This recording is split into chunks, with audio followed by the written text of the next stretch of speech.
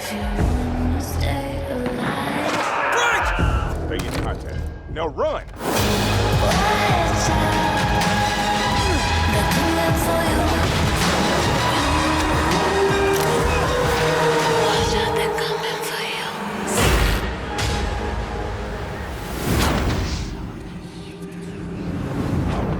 Hello guys, nice to meet you. I'm Leah, and this is Dying to Know. If you're dying to know what's going on in the world of Dying Light 2, then you're in the right place. Here we'll be showing you all the news from the latest from the Dying Light world. We'll be announcing a few contests, we'll be talking to developers, and probably most importantly, we're going to be showing you a brand new gameplay trailer where you can see the current state of the Dying Light 2 game. But first, there's someone here I need to introduce you to. It's Aiden Caldwell. I'm a pilgrim, an outcast, roaming like a Japanese Ronin or an Old West desperado. My past is dark, but my future has a tiny, dying light at the end of this tunnel. Hello, guys. My name is JohnoDaz, and I voice Aiden Caldwell in Dying Light 2. But before that, I'm going to host this program with Leia, if you don't mind. My pleasure. Well, I'm ready. Jonah's definitely ready, and I hope you're ready. So if you're dying to know, just like us, then stick with us. The story told in Dying Light 2 occurs 20 years after the events of the first game. And if you're wondering what happened in those intervening 20 years, well, there's no better person to ask than the Dying Light 2 world director, Thomas Gabau, with who I'll be talking in just a moment. And after that, I'll be speaking with Piotr Jamenek, the narrative director of the game, about the characters that appear in Dying Light 2.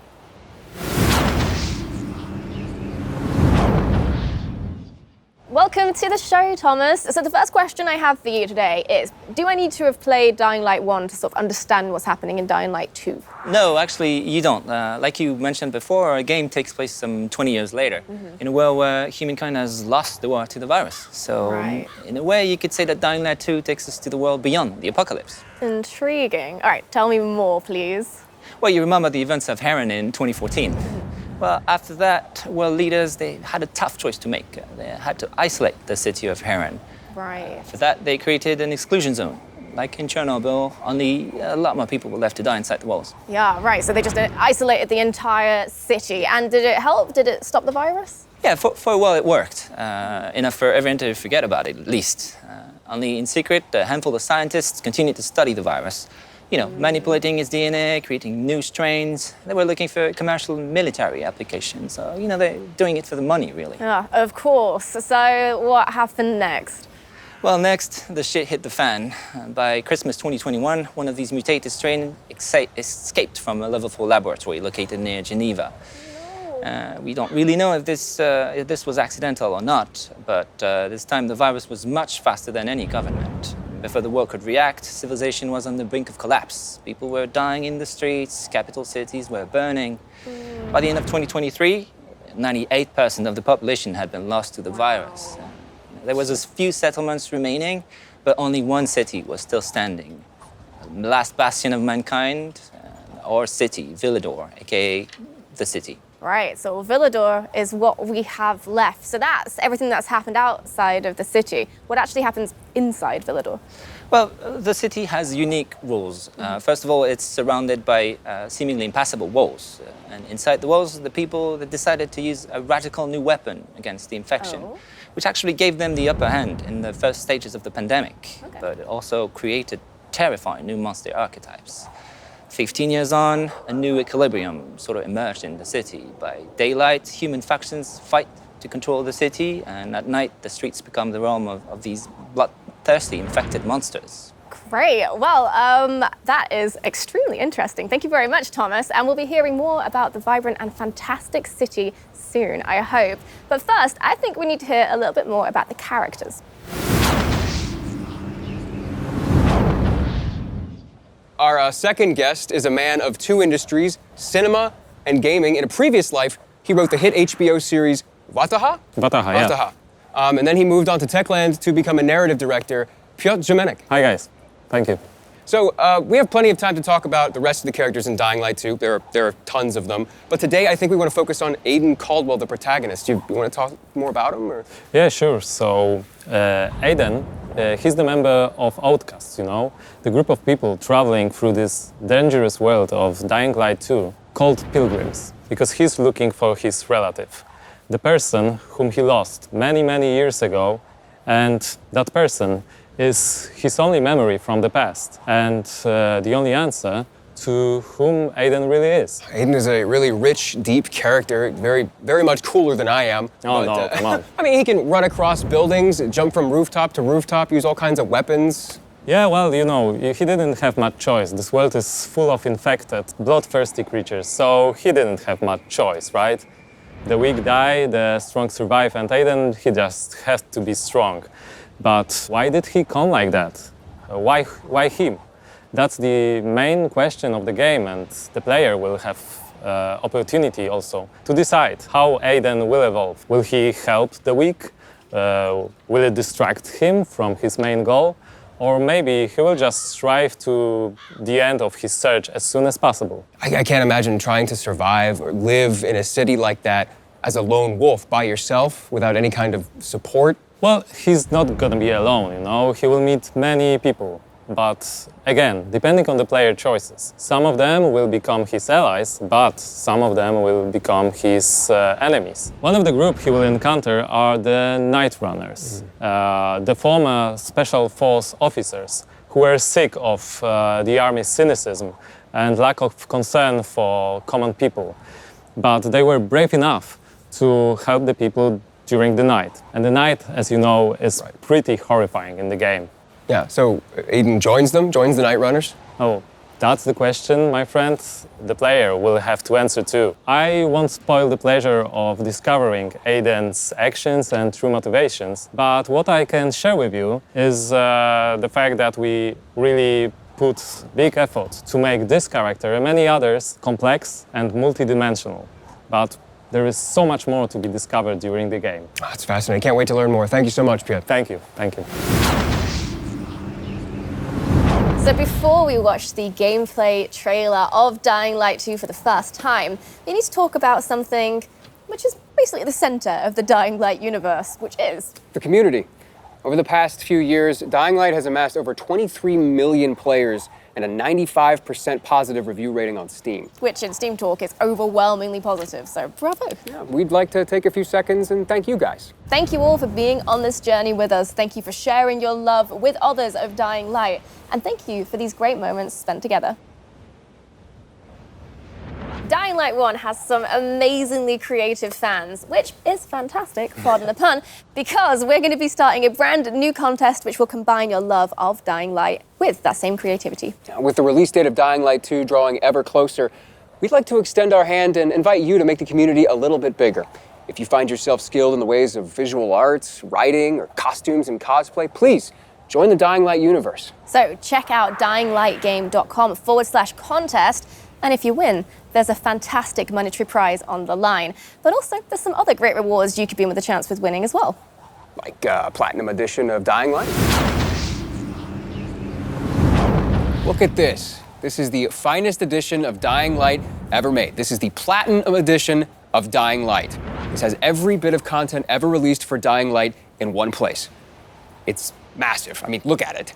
For those of you who haven't experienced Dying Light yet, we are introducing Dying Light 1 Platinum Edition. It's the biggest and most complete edition to have ever existed. And we're offering it to you now at an historically low price. All the content, lowest price. There's literally no better time to buy than now, and you can get it on Steam, Xbox, and PlayStation. Get your Platinum Edition of Dying Light now. This is the best offer, like, ever. I guess we don't have time to go over everything that's in the Platinum Edition, but it is everything. This is how it looks.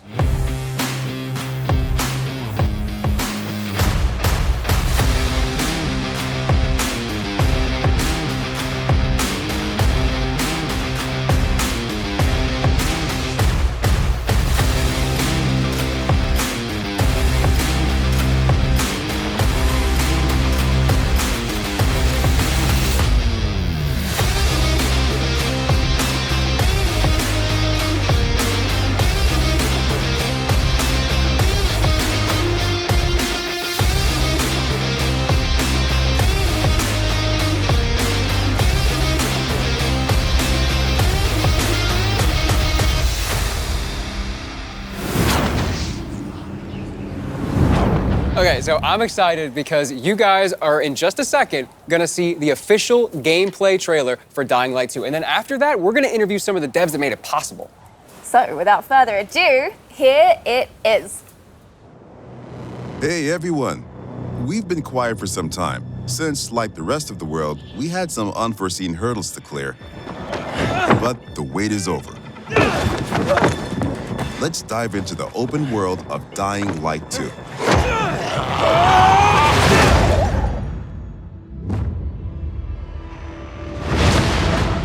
The last slice of Dying Light 2 showcased the mission from the main storyline. You get after those fuckers. You saw how your decisions influenced the narrative and notably changed the environment. This time, we want to give you a broader look at the game and a sneak peek at some of the things we'll be talking about in upcoming months.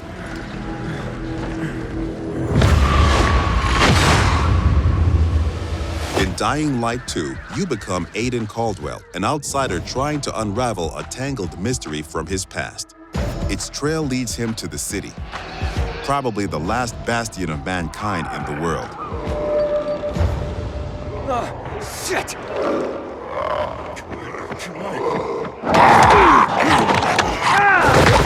At first, you feel like this intense, brutal place will tear you apart. But then you meet the Night Runners, veteran survivors who help people in better days. By the way, I'm Hakon. You were a night runner. You used to help people, remember? Night runners are gone. Finished. A myth. And although it's not entirely clear you can trust them, you need allies in the dark.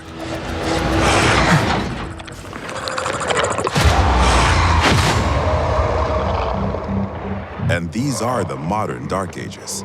It's been 15 years since the apocalypse and the world has changed. The old civilization has fallen, but a new one has been built on its ashes. People fight desperately for scarce resources. Rules are broken, and weakness is punished. She's innocent! 3 factions struggle for position in the city. Survivors pride themselves on being able to adapt to any circumstances and cobble together safe zones almost everywhere. Peacekeepers, loyal soldiers who want to impose their version of law and order and trample all in their path. Renegades, ex-prisoners serving their ruthless colonel, seeking to become sole rulers of the city. Where is Wolves?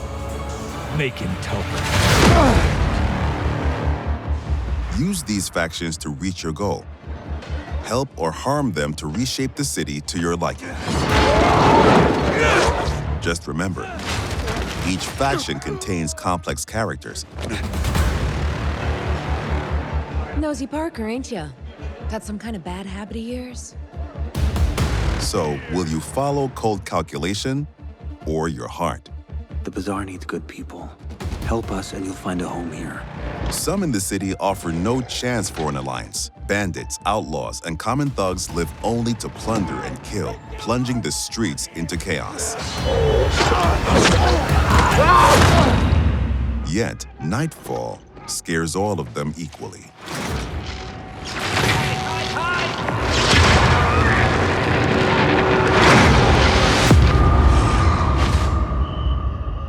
Darkness changes the rules of the world.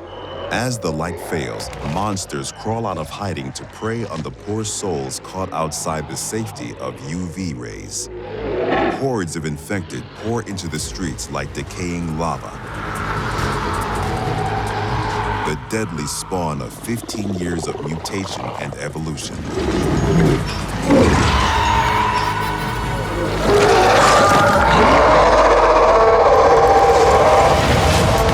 Your only escape?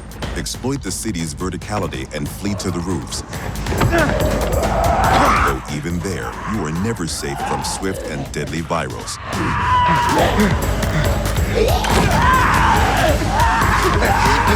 Or even greater threat.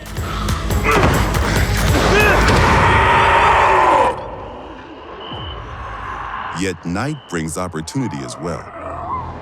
Nests rife with infected during the day now lie empty. To explore them, you must tread carefully. But those brave enough to face the terrors of the night can loot a jackpot.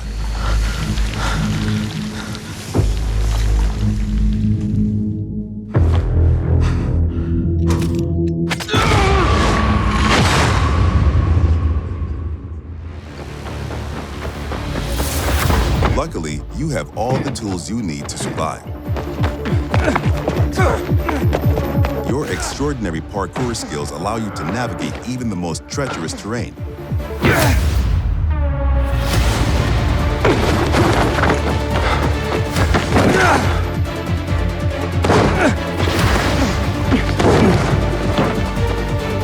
On the roofs, you can count on your parkour acrobatics to save your life. But often, you'll have to face your enemies head on. And then you have to be smart, resourceful, and determined. We've worked hard on the essence of our combat, making sure swinging a big, meaty weapon is fun, satisfying, and well executed. But even the most brutal fights can be tactical as well. You have multiple ways to hone your skills toward the gameplay style that suits you best. It's up to you if you focus mostly on mobility and parkour, or aggressive, blunt force combat, or a crafty approach where the tools you've created get the job done. Every ability you learn can be a game changer and possibly a new favorite move. Things move fast and quick in Dying Light 2. Each moment matters. Each move could mean triumph or defeat. Choose your actions and friends carefully. Everything you do in the city can reshape the gameplay environment, change the course of the narrative, and decide the fate of the city's residents. But most importantly, you decide your own fate as well. You're about to turn. Make sure to stay human.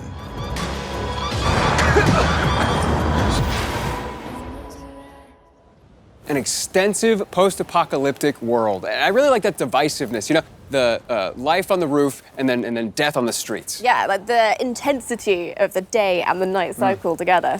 Yeah, it's almost like Dying Light 2 is two different games put together into one. Yeah, like despite all the brutality going on the ground floor, there's something about like the rooftops and the plants and It's stuff. cozy. Yeah, I kind of want to be there. But it does feel like every decision is vital. Like your choices actually do have some consequences. Choices and consequences are incredibly vital to Dying Light 2's gameplay. And we're going to interview some devs and talk about some other very vital gameplay mechanics.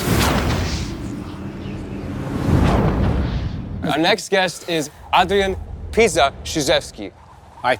Hi. Welcome. And that gameplay looked awesome. I know we can't wait to get our hands on it, but congrats. Yeah, for sure. It looks like you guys have a very unique world and a very unique game. Where y'all get your inspiration from? Oh, that was a research.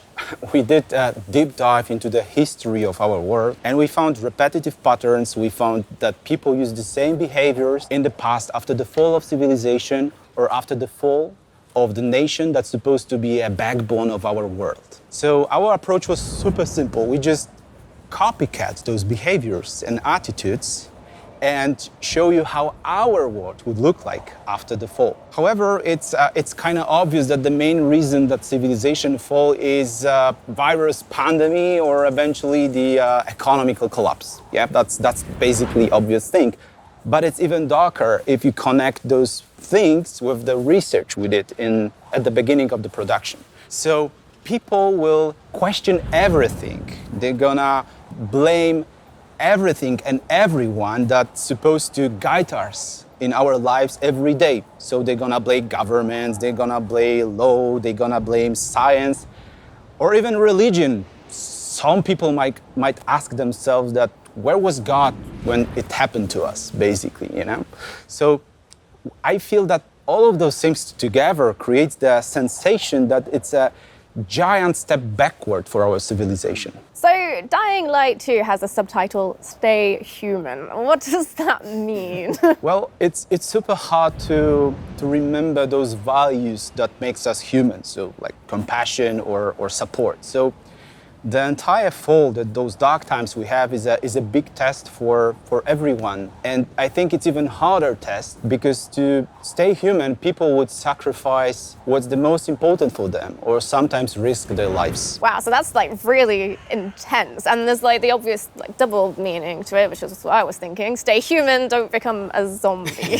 Yeah, but one disclaimer, those are not zombies, you know? Those are infected people that turn to be a monster. They're just crossing a line, you know, and they're turning to be a monster, you know? Because in Dying Light, we all infected. Yeah, we all wearing this biomarker, you know, Aiden. Yeah. You're wearing this, I'm wearing this. That's a watch, actually, but you know that, you know? So that's the thing. So the challenge is to not cross this line at all costs. So that's the biggest challenge of staying human in this meaning. I see, yeah, not zombies. Not zombies. Not zombies. At all. People have crossed the line. Right, well, fascinating. Thank you so much, Adrian. We're definitely going to be hearing from you again soon. Yeah, thank you so much. We have with us Katarzyna Tarnacka, the environmental art director. Hi. And we have game designer Mihawk. Hello. So, choices and consequences. The player has to make a choice, and they have to experience or endure the consequences. What does that mean? Basically, the whole system of choice and consequences is really, really complex. I would say the best way to describe it is that player is making the decisions based on 3 layers. First one are the choices that you do during the main story missions. And those big changes actually can change the whole game or even how the story ends. The second layer are choices that you do while the quests. And those choices can actually influence the mission itself. And the last one, the last layer, is so-called city alignment system. And I, as an open world game designer, would like to focus on. Please do, go on. All right, so water and electricity are basically a key to survive in every world. By restoring it, player can not only unlock the water or electricity in the area, but he can also, based on his decision, assign it to one of the factions, which will influence how the district looks like or who's going to live inside of it. But it also, what is pretty more important for a player, unlock new tools for him, like unique tools for each factions, like car traps, zip lines, or a trampoline, that player can use in exploration to deal with bandits or infected, or simply to move faster through the city.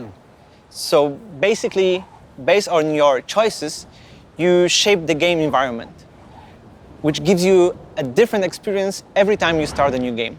And what is worth mentioning here that Dying Light 2 is playable up to 4 co-op players. So you can host the game or join other players and see how their choices came up differently to your own. Right. Interesting. There's one thing I'm really curious about, though. Night versus day. How does the gameplay differ from the night and the day? Well, the short answer is that day is for humans and night is for the monsters. But to describe it a little bit better, I would say that during the day, humans, factions, bandits, or survivors scavenging the city and searching for some scraps or someone who might have them. And this is the best time for a player to explore the city, meet its citizens, learn their stories, day-to-day agenda, or even simply help them in a quest or open world activities to survive those dark ages. Yeah, and that sounds quite pleasant, but I'm guessing night changes everything. Exactly, exactly. During the night, all the infected get out of the buildings. And compared to the Dying Light 1, the night is going to be even more intense this time. Intense in terms of the amount of enemies, their new types, and new, more aggressive behaviors. And what is important, this time night can mean also opportunity.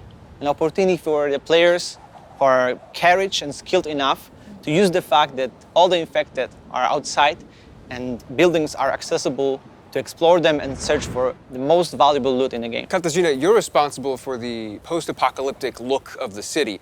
Can you tell us a little bit how about the city became to look that way? Yes. I guess the important thing to realize is in 2025, a decision was made to use a chemical attack to stop the spread of the Haran virus. And the result is a tight ring of chemically active areas around the city. Some of the chemicals have gotten into the groundwater and spread under the surface, killing every living plant and every living thing in its reach. What it means for the city is that the street levels are virtually dead. The soil is unable to sustain any life, any plant. And the street level is a domain of the monsters, just decaying in every aspect. Wow. So it sounds like there's just no healthy organic life down there at all. Not really. The survival on the street level is pretty tough. So the common people are just visitors there. But the life prevailed. It moved up to the rooftops. And this is where the plants are flourishing and blooming in the post-apocalyptic landscape. And this is where people build and develop the new world of Dying Light 2. Electricity producing windmills and safe zones for the player. And in a way, in a metaphorical sense, the rooftops are the new default ground floor, the level 0. And trip to the streets is, in a way, a trip underground, a -1 of sorts, just the corpse of a lost civilization. Yeah, to say the least. I can't imagine being a citizen living in that city, let alone being a player, and how challenging that's going to be. Yeah, and hold that thought. Thank you very much for joining us today, but it's now time to introduce our next guests. With us now are Bartos and Peter. And guys, I have one question about the open world in Dying Light 2. How big is it? It's pretty big. We know that. Can you tell us a little bit more?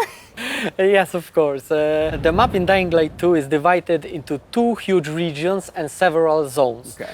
There are plenty leftovers from the lost civilization for you to scavenge. But we didn't want our players to perceive the map only horizontally, so we see the map as a multi-level 3D world that supports your traversal and helps you solve parkour puzzles. Yes, in-house we call it multi-layer open world exploration. And you know, the movement system from Dying Light 1, we remove every restriction from the player. You can move everywhere you want, how you want to do it. And when I think about it, I think that was a big challenge for us to create the geometry that supports all of that. And we did it, and I think we did it well. Doing the same thing in Dying Light 2 wasn't our goal. We want to make one or more step forward to surprise the player expectation. That's why we doubled the number of parkour moves. Doubled. And I mean, it's not like there was a shortage in Dying Light 1, so what? Yes, the iconic Dying Light 1 parkour is essential there. We improve it. We double the number of parkour moves. The players will see over 3,000 different parkour animations. Wow. From the basic move, through the tricks, to the small little tasty details there that you can see it. Okay, well, unfortunately, I'm gonna have to stop you there, but don't hate me because in the next episode, we're gonna be talking more about parkour and how the team have managed to make an authentic urban running experience in Dying Light 2. Thank you guys so much for the information. Bartosz, Peter, it's been a pleasure. Thank you. Thank you very much. Okay, so the last and arguably the most important question I'm sure you have is, when is the release date? Yeah, that is a very, very, very, very important question. And luckily, we have the answer. And that answer is the 7th of December. Waited years to say that out loud. And now that we know the release date of the game, it's time for you to go pre-order it. Go to dyinglight.com/pre-order, select your platform, and then hit pre-order. And there you go. Congratulations. You just pre-ordered one of the most anticipated games of this year. Go you.